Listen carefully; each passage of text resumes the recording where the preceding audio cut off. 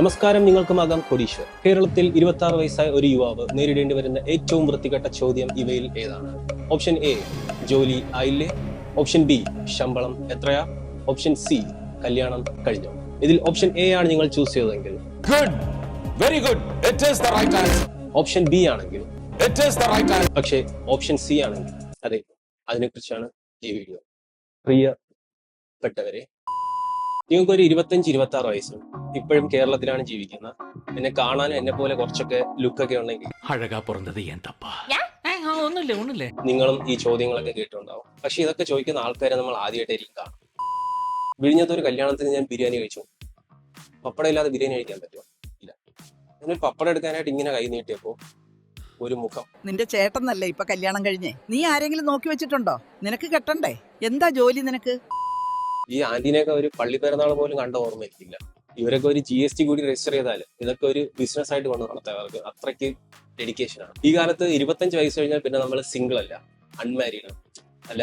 അവരെ പറഞ്ഞിട്ടും കാര്യമില്ല. 5 വർഷം മുമ്പ് എന്റെ ഒരു ചേട്ടന് കല്യാണം, 5 മാസം മുമ്പ് എന്റെ അടുത്ത ചേട്ടന് കല്യാണം. അപ്പോ സ്വാഭാവികമായിട്ട് നാട്ടുകാർ എന്തായിരിക്കും ചിന്തിക്കുന്നത്? എന്റെ 2-3 കൂട്ടുകാരന്മാരെ കോൾ ചെയ്തിട്ട് എനിക്ക് ഒരു കല്യാണ ആലോചന വന്നിട്ടുണ്ടെന്ന് പറയാം. അവരെന്താണ് പറയണെന്ന് നോക്കാം. എവിടാ? ഓഫീസിൽ പോകാൻ നിൽക്കണ്ടോ? എനിക്കൊരു കല്യാണ ആലോചന വന്നിട്ടുണ്ട് കേട്ടോ. അതിനെ കുറിച്ച് എന്താണ് അഭിപ്രായം? കല്യാണ ആലോചന? ഓ, നീ എന്റെ അടുത്ത് ചോദിക്കുന്നത്? രാവിലെ ഞാൻ ഓരോരുത്തർ കെട്ടിയെടുത്തോളൂ, പൂവും കായും. എന്ത് ചെയ്യണമെന്ന് നീ പറ. ഈ നമ്മുടെ പ്രായം, നമ്മുടെ സാമ്പത്തികം വെച്ച് നോക്കുമ്പോ കെട്ടണമെന്നാ? കെട്ടണം. നേരത്തെ കെട്ടണം, അതാണ് നല്ലത്. നേരത്തെ എന്ന് പറയുമ്പോ 26 വയസ്സ് തന്നെ എനിക്ക്. കെട്ടിയെന്തൊരു കുഴപ്പം? ഈ പ്രായത്തിൽ നീ കെട്ടോ? നീ എപ്പോ കിട്ടുമെന്ന് ഞാൻ ചോദിച്ചത്. എനിക്ക് കെട്ടാൻ മുട്ടിയിരിക്കാണ്, എന്നെ തടയരുത്. നീ എന്താണ് അങ്ങനെ പറയാൻ കാരണം? കെട്ടാതിരിക്കാനാണ് ഞാൻ നോക്കുന്നത്. കെട്ടടാ, ചെറിയ ലൈഫ് അല്ലേ. നേരത്തെ കെട്ടാൻ ഇപ്പൊ കുഴപ്പമില്ല. ഇപ്പൊ പ്രത്യേകിച്ച് വെയിറ്റ് ചെയ്യുന്നത് എന്തിനാണ് ഗുണം നീ ആദ്യം ആലോചിക്കണം. നേരത്തെ കെട്ടിയ നേരത്തെ മോട്ടിവേറ്റ് ആവും, അത് നിനക്കറിയാവോ? പക്ഷേ ഇവനൊക്കെ ഇങ്ങനെയൊക്കെ ചിന്തിക്കാൻ തുടങ്ങിയ. എന്റെ കൂട്ടത്തിൽ തന്നെ കല്യാണം കഴിഞ്ഞു വരുത്തോണ്ട് അവനെ വിളിച്ചു നോക്കാം. Chess number 2. അളെ എവിടാ? എന്തൊരു കല്യാണം ആലോചിക്കുന്ന സമയമാകുമ്പോ കല്യാണം കഴിക്കണം. ഓൾറെഡി നീ കെട്ടി കഴിഞ്ഞു. അതേനെ, നീ ഒന്ന് ജോലിയൊക്കെ ഒന്ന് സെറ്റായി, നീ ഒന്ന് ഇത്തിരി സെറ്റായിട്ട് കല്യാണം കഴിക്കണതാണ് നല്ലത്. നിനക്കൊരു ഫിനാൻഷ്യലി ഇത്തിരി സെറ്റ് ആവണം. പിന്നെ നീ നേരത്തെ കല്യാണം കഴിച്ച എന്തിനാണ്? അതിനകത്തൊരു ആക്കലുണ്ടല്ലോ. ഞാൻ നേരത്തെ കല്യാണം കഴിച്ചെന്ന് വെച്ചാൽ ലവ് മാരേജ് ആയിരുന്നു.